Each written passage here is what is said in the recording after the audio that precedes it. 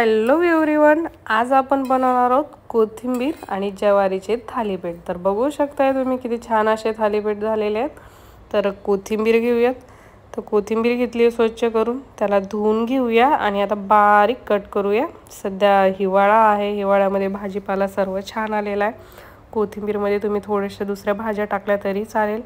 तर बघा एकदम बारीक अशी कट करून घ्यायची कोथिंबीर। एकदम हेल्दी आणि पौष्टिक अशी रेसिपी आहे आणि ती पण खूप कमी वेळामध्ये आणि कमी साहित्यामध्ये तयार होते। तर बघा कोथिंबीर कट करून घेतलेली आहे। आता मसाला करून घेऊया। तर हिरव्या मिरच्या घेतल्यात, आपण तिखट जसं खातो तसं मिरच्या घ्यायच्यात। थोडंसं अद्रक घेतले, लसूण घेतलाय आणि 2 छोटे छोटे कांदे घेतलेत। कांदे पण बारीक कट करून घ्यायचेत। कांदा जेवढा टाकला तेवढा छान लागतो, आपल्या आवडीनुसार आहे।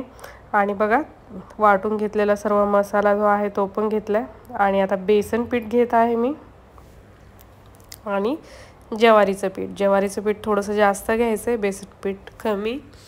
आणि मीठ टाकलेलं आहे, जिरे टाकलेत आणि तीळ।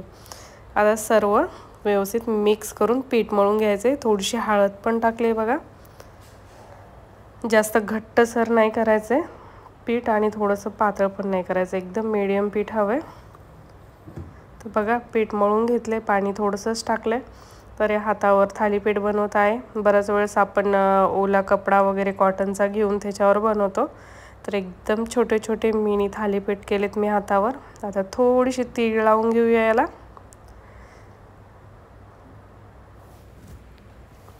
आता त्याला थोडंसं होल करून घेऊया 1 ते 2 आणि तव्यावर टाकून घेऊया।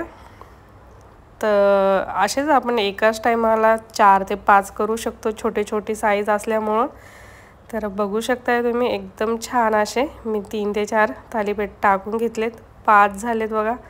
आता त्याला आपण छानपैकी तूप लावून घ्यायचं किंवा तेल लावलं तरी चालेल, पण तुपानं चव अजून छान येते। आणि गॅस कमी करून कमी ते मीडियम करून व्यवस्थित खरपूस असे शेकून घ्यायचेत।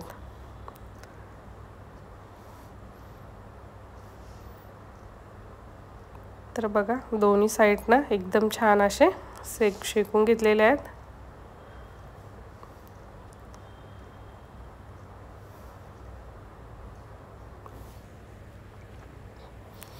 तर बघू शकता कमी वेळामध्ये कमी साहित्यामध्ये किती छान असे आपले थालीपीठ रेडी झालेले आहेत। तर नक्कीच बनवा आणि यासोबत दही घ्या किंवा मग लोणचं किंवा चटणीसोबत पण खूप छान लागतात। तर रेसिपी जर आवडली तर लाईक करा, शेअर करा, सबस्क्राईब करा।